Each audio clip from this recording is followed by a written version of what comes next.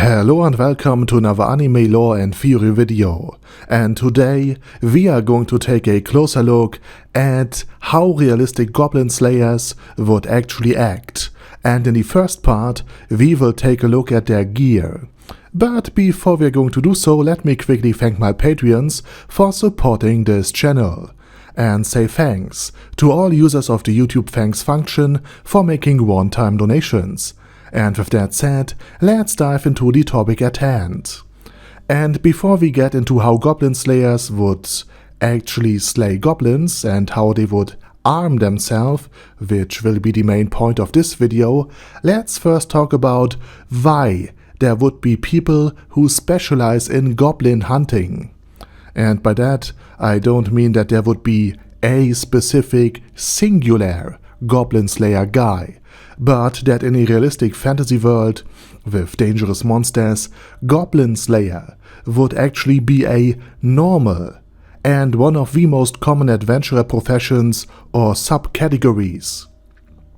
In my personal opinion, adventurers would specialize much more than depicted in fantasy novels and anime, because it is that much more efficient. For example, having 10 teams of Goblin Slayers, 10 teams of Orc Slayers, 10 teams of specializing in wolf combat, 20 experts in alligator hunting, 15 specialized in griffin hunting, and the rest is then attempting to bring down a wyvern or an entire dragon, is just so much more effective than having each of the 104 member parties do a bit of everything.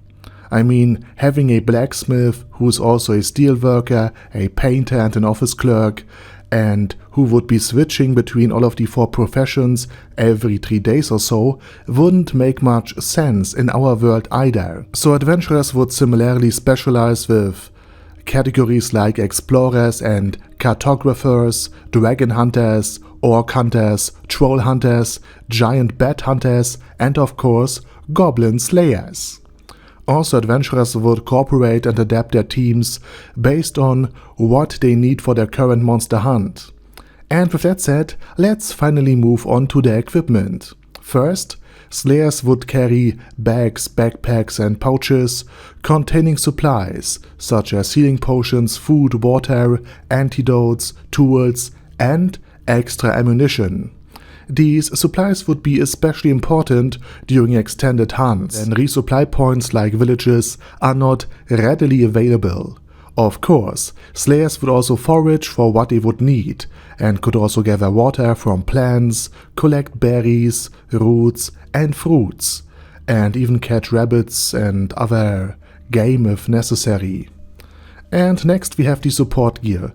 Goblin Slayers would also carry various tools to aid them on their various missions. For example, they would have a lockpick for dealing with logs that some goblins have salvaged from villages they raided. And they would also have something to break through barriers.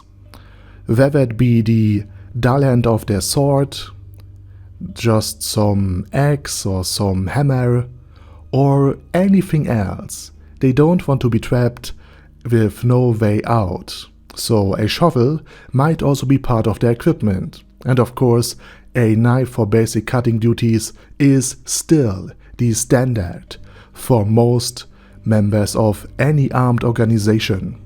Not even the army, just armed organization like, for example, mercenaries. And of course, Goblin Slayers would also have the means to start a fire. And it doesn't matter if they have some matches, a lance, 2 sticks and some dry leaves, or a fire-based spell for this.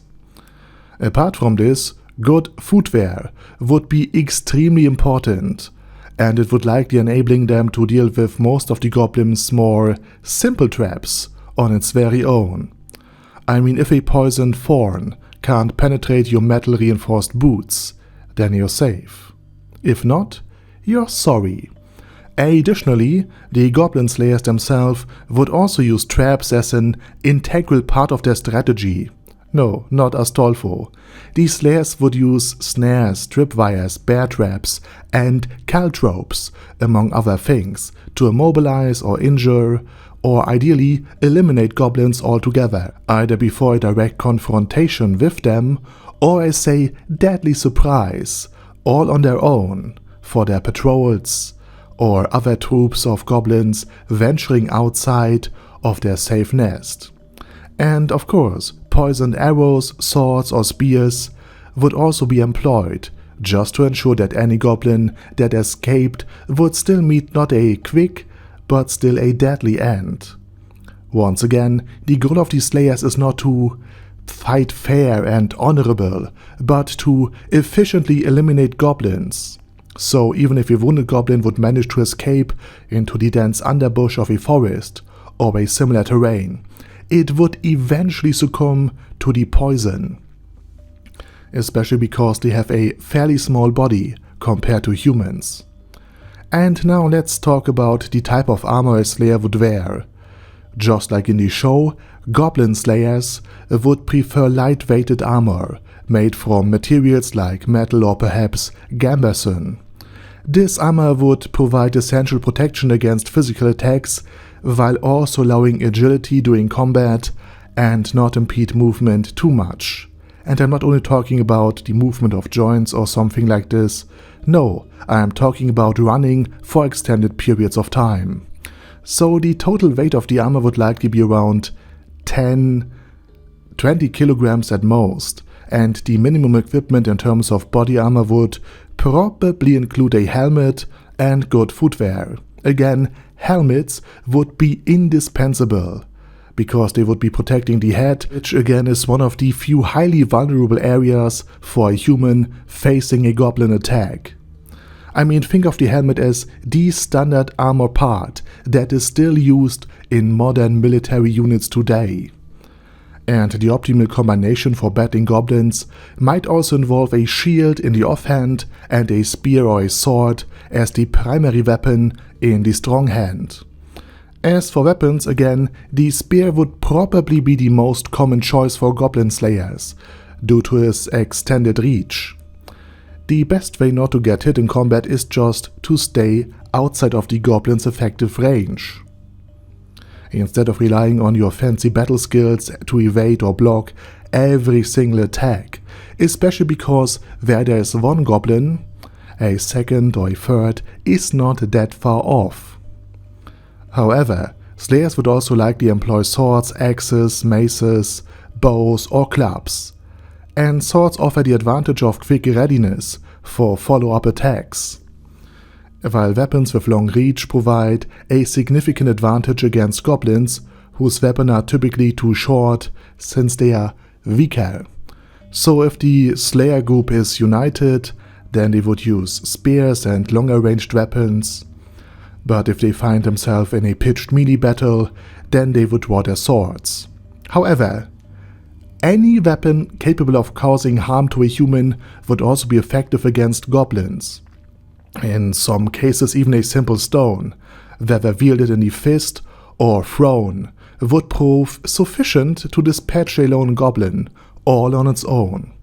And finally, building upon this, a slingshot would be easy to transport and highly effective, since ammunition would be readily available almost anywhere, and since it would still pack enough of a punch to finish off a goblin.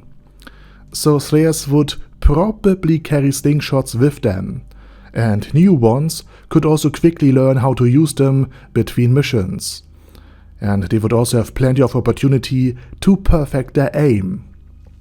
And this might indeed apply for all monster hunters, since being able to do basic ranged attacks at a minimal cost is just that effective. So all in all, this is how I think Goblin Slayers would equip themselves for combat with goblins.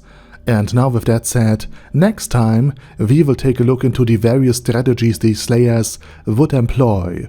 But for today, that's pretty much it. So let me know what you're thinking about my ideas about how realistic Goblin Slayers would work and arm themselves.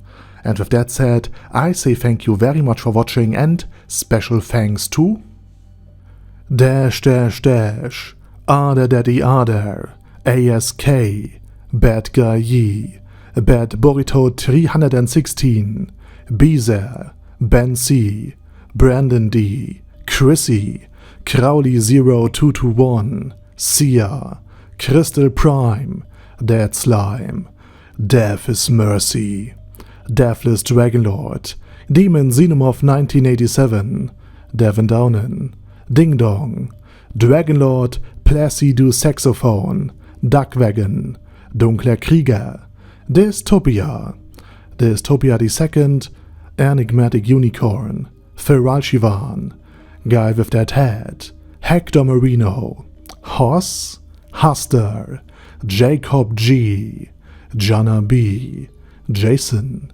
J. Morris, Chromius, Kyle R, Lee K. Long, Legendarius, Lelouch Britannia with a Mustache, Lexus Fox, Lord Nishikian Rai, Lord Touch Me, Love Razor, Merovec, Mr. Shoes, Mr. Tweaker, Michael R, Michael Y, Nope, Oh Hell No, Normal Toad, Oh Kill, Overlord General Gasper, Paddy Pantum, Personage, Primus 11, Rhinomere, Cune Carcos P, Shangox's Daddy, Shadow Lightning Wolf, Shrine Keeper, Super Tier Magic Batista Bomb, Supreme Cheese, Staris, Ted, Texas Deer, The Orc Warboss, Rock Ed Smasher, T.E. Wang, Vash Hawkeye,